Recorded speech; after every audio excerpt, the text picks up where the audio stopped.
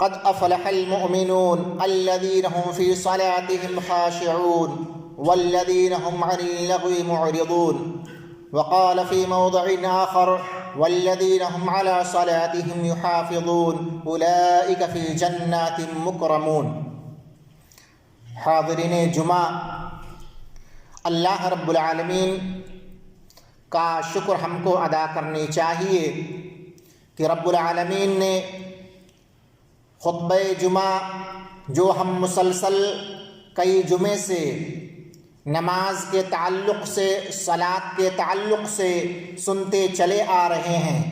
آپ سوچتے ہوں گے کہ شیخ مسلسل لگاتار 5-6 ہفتوں سے صلاۃ ہی کے تعلق سے یا نماز کے تعلق سے کیوں ہمیں بتلا رہے ہیں؟ عزیزوں اور دوستوں، نماز یعنی صلاۃ ایک اہم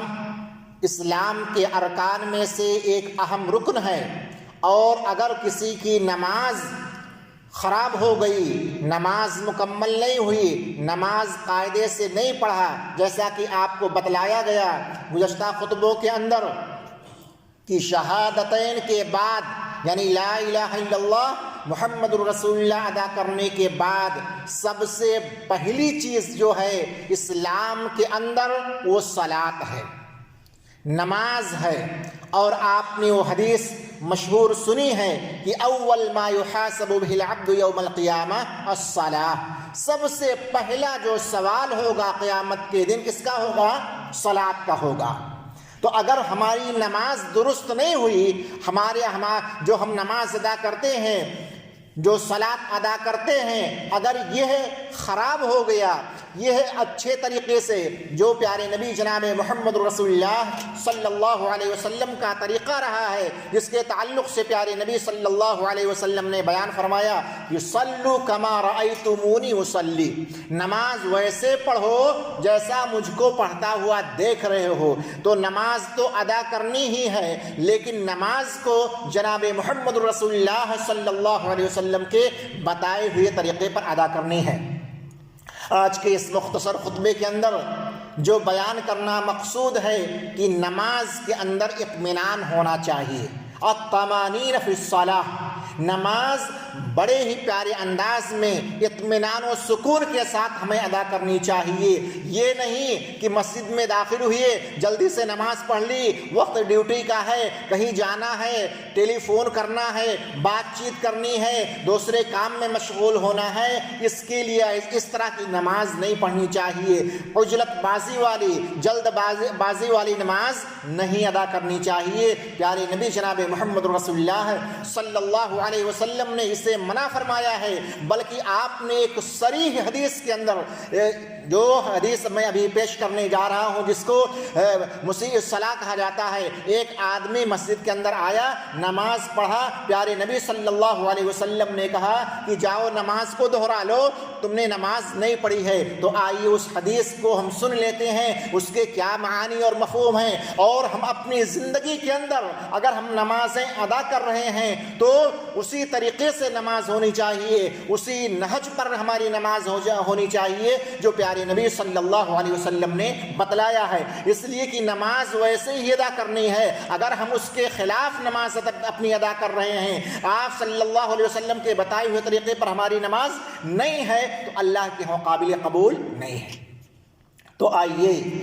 وہ پیاری حدیث جو امام بخاری اور امام مسلم نے اپنی صحیح کے اندر نقل کیا ہے اس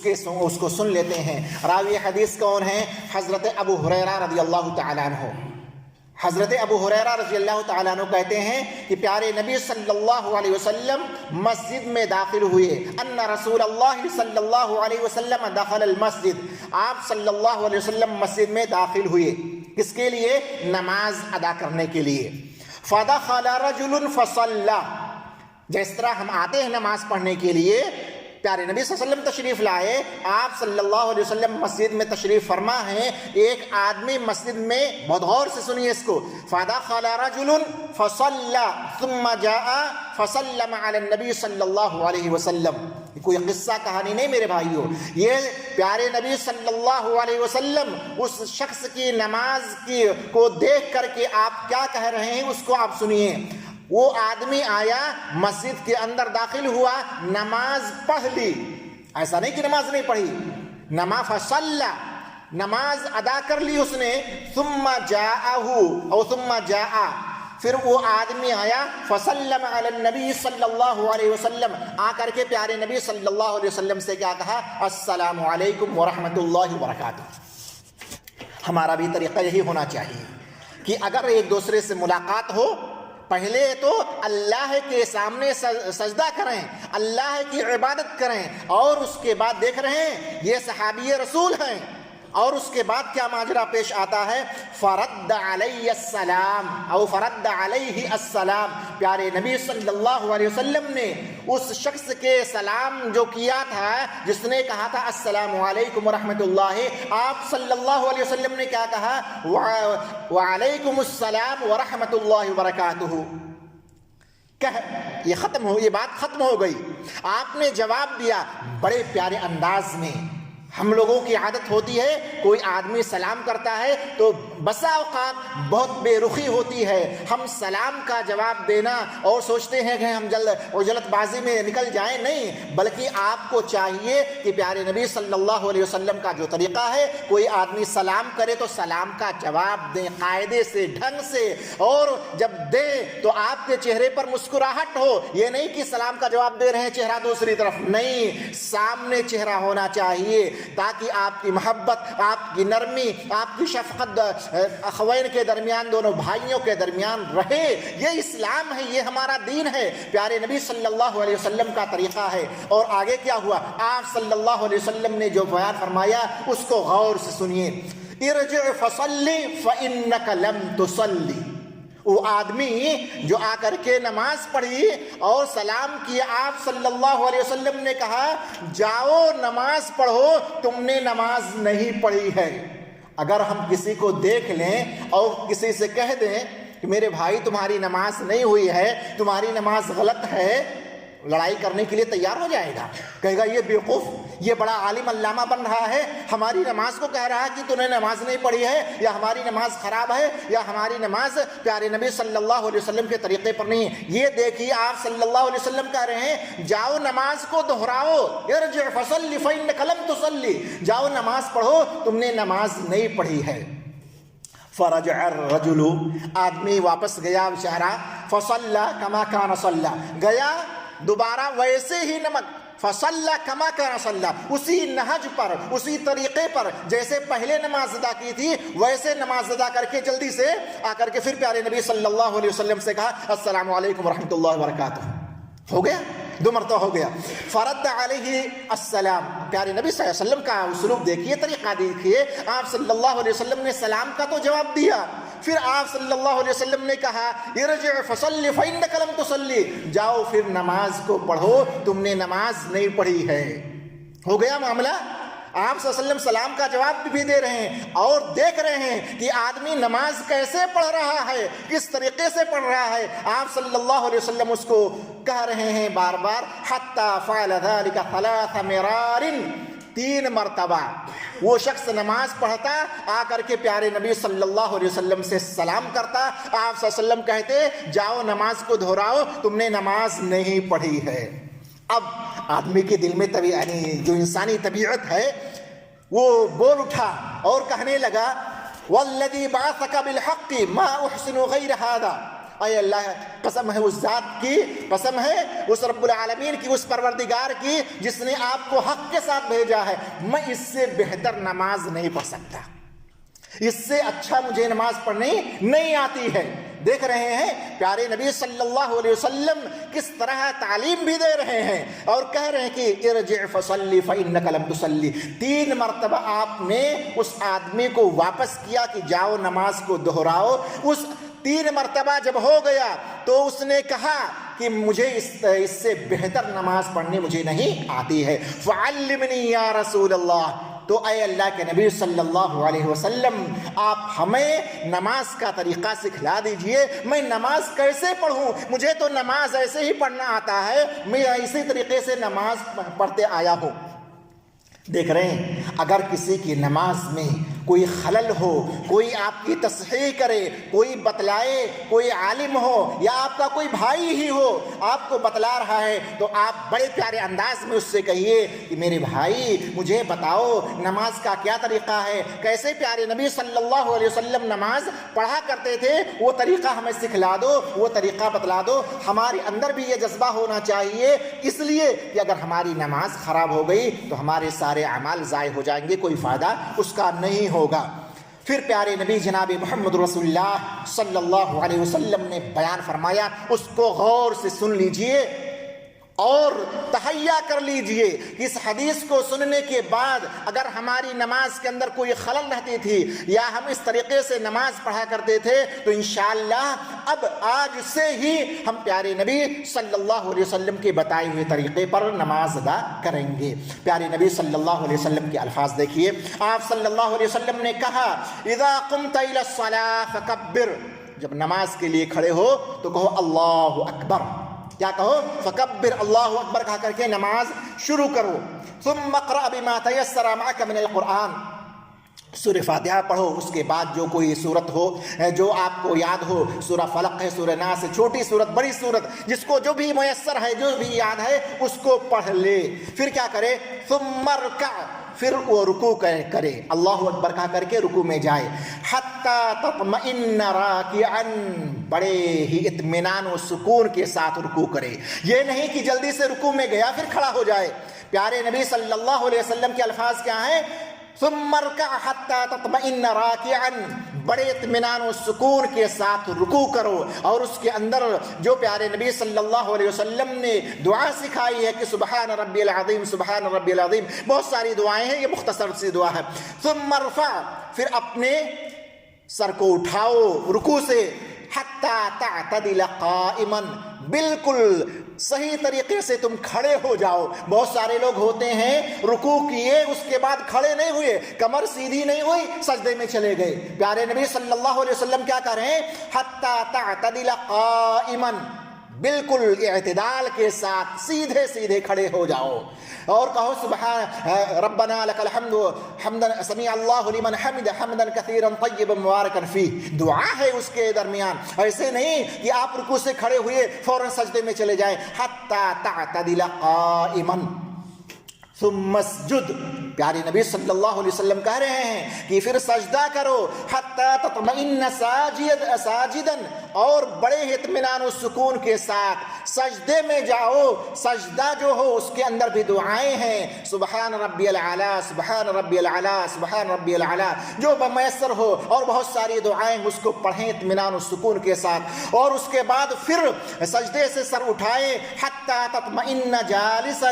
بالکل اطمینان و سکون کے ساتھ بیٹھیں، اور اس کے اندر بھی دعائیں ہیں، اللہم اغفر لی ورحمنی وہدنی وعافنی ورزقنی، آپ یہ پڑھیں، وافعل ذلک فی صلاتی او صلاتک کلھا، یہ آپ نے ایک رکعت کے بارے میں پوری تفصیل بتلا دی شروع سے لے کر کے اور سجدے تک، کہ آپ کو اسی طریقے سے جو میں نے طریقہ بتلایا ہے کہ آپ کو اطمینان و سکون کے ساتھ رکوع کرنی ہے، اطمینان و سکون کے ساتھ سجدہ کرنی ہے، اطمینان و سکون کے ساتھ سجدے سے جب اٹھنا ہے تو اس کے بعد بھی اطمینان و سکون ہونا چاہیے، اسی طرح رکوع کے بعد بھی اطمینان و سکون ہونا چاہیے۔ جلد بازی کی نمازیں نہیں ہیں، اور جانتے ہیں بعض روایت کے اندر ہے کہ پیارے نبی جناب محمد رسول اللہ صلی اللہ علیہ وسلم کیوں ان کو واپس کر رہے تھے بار بار، اور کہہ رہے تھے کہ جاؤ تمہاری نماز نہیں ہے، جاؤ نماز کو دہراؤ۔ جانتے ہیں بعض روایت میں ہے کہ لا یتم الرکوع والسجود، جو سجدہ کرتا تھا، جو رکوع کرتا تھا، وہ اطمینان و سکون کے ساتھ نہیں کرتا تھا۔ تو پیارے نبی صلی اللہ علیہ وسلم کی اس حدیث سے کیا معلوم ہوا کہ ہمیں نے جو نماز ادا کرنی ہے، ہمیں جو نماز پڑھنی ہے، اطمینان و سکون کے ساتھ، جلد بازی کے ساتھ نہیں۔ آئیے ایک روایت حذیفہ ابن الیمان رضی اللہ تعالیٰ عنہ، مشہور صحابی ہیں جن کو صاحب سر رسول کہا جاتا ہے، اللہ کے رسول صلی اللہ علیہ وسلم کے رازدار حذیفہ ابن الیمان رضی اللہ تعالی عنہ، وہ کیا ہے، یہ بھی امام بخاری نے اپنے صحیح کے اندر اس روایت کو نقل کیا ہے۔ انہوں نے ایک شخص کو دیکھا، انہ رأى رجلا،